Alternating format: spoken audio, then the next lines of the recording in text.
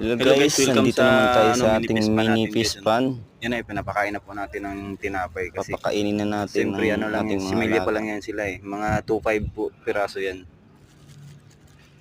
Kaninang umaga pinapakain ko na po yan, kaya busog na busog po siya. Tapos ito yan pinapakain ko Busog na kasi ngayon. kanina yan eh. Ang daming kinaing tinapay.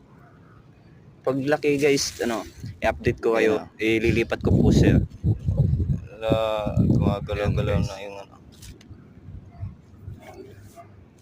At yun pala, ayun, ang kitang-kita nyo po yan. nagtulungan na yung isa. Pag kumakain po sila, grabe. Si Makita kasi nga